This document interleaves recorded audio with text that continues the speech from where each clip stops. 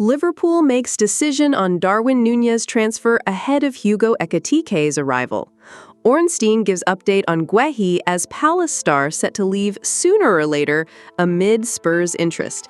Alexander Isak to board flight this week with stance on Liverpool transfer clarified. Hello, Reds fans. Let's dive into today's updates.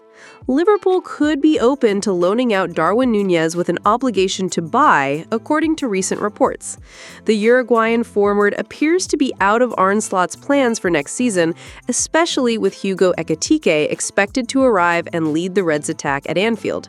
At one point, it seemed Núñez was heading to Naples, but the Serie A champions pulled out and signed Lorenzo Luca from Udinese instead. Now, Juventus has emerged as a possible destination for the 26-year-old, particularly since they're struggling to secure Randall Kolo Muani's return after his loan spell from Paris Saint-Germain last season. According to Football Italia, Liverpool is asking for around $70 million for Núñez, but may accept a loan with a mandatory purchase clause. With Dusan Vlahovic still in the squad, Juventus might not rush to close a deal, but the situation remains worth monitoring. Núñez recently scored a hat-trick in Liverpool's 5-0 win over Stoke in a behind-closed-doors friendly at the AXA Training Center. He was also included in the 29-man squad that traveled to Hong Kong for a friendly against AC Milan.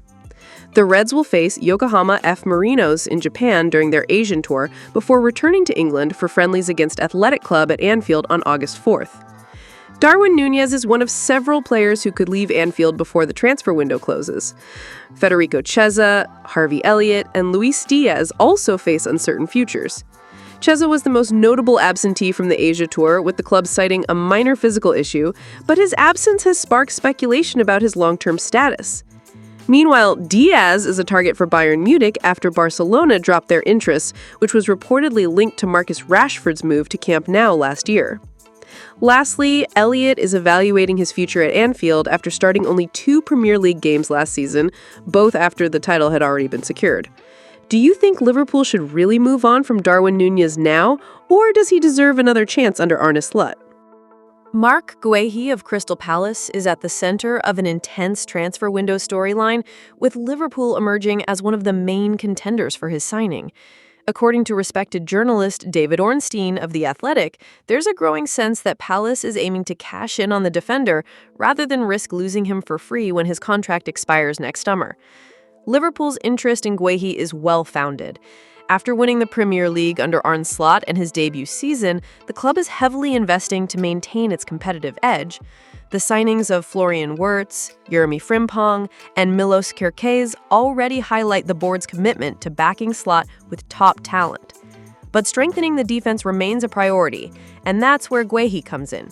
The center back has been consistent for Palace in recent seasons and has earned a spot in the England squad. He's viewed as a high-potential player ready for top-tier European competition, such as the Champions League. Guehi has entered the final year of his contract at Selhurst Park, which weakens Palace's negotiating position. Former CBS sports journalist Ben Jacobs revealed that the club has already lowered its asking price from £65 to £70 million to around £50 million, possibly with performance-based add-ons. Jacobs explained, Marc Guehi is not expected to renew with Crystal Palace. That gives 2 options. He stays 1 more season, plays regularly, makes the World Cup squad, and leaves for free in 2026, or Palace sells him now for a substantial fee. A January transfer isn't off the table, but the club prefers to sell this summer. Tottenham is also closely monitoring the situation. The Spurs even tried to sign Guehi in January, indicating long-standing interest. However, the battle won't just be between clubs. Convincing the player that he'll receive adequate game time will be crucial. Guehi wants to maintain his England place and will prioritize a move where he can be a regular starter. David Ornstein, in an interview with Sky Sports News, reinforced this perspective. We know Liverpool is interested, provided the price is right. Today, reports indicate Tottenham remains in the race. It seems Palace would prefer to sell now rather than lose him for nothing, but Guehi holds the power. He appears happy at the club and isn't afraid to see out his contract. At this point, there are no signs of a renewal. Ornstein added that Marc Guehi has the quality to play Champions League football, and that his transfer saga could become one of the headline stories of the summer. Liverpool sees him as a key target to reinforce their backline, but the deal will hinge on balancing the transfer fee, the player's desire, and the promise of a significant role in the team. The transfer window is heating up, and Liverpool fans are closely watching every move the club makes. One of the most talked about names in recent weeks is Swedish striker Alexander Isak, currently at Newcastle United. The possibility of him joining Anfield has been a constant topic among journalists, insiders, and of course the fans themselves. But recent developments in the market point to a twist that could completely change the course of the story. Isak, who had a spectacular season, scoring 27 goals, did not participate in Newcastle's friendly against Celtic. The reason for this was not just physical. Manager Eddie Howe was clear that Isak's absence was linked to the pressure and excessive exposure caused by rumors of a possible departure. According to him, the decision to sideline Isak was meant to protect the player from the emotional turmoil that a potential transfer could cause. And it doesn't stop there.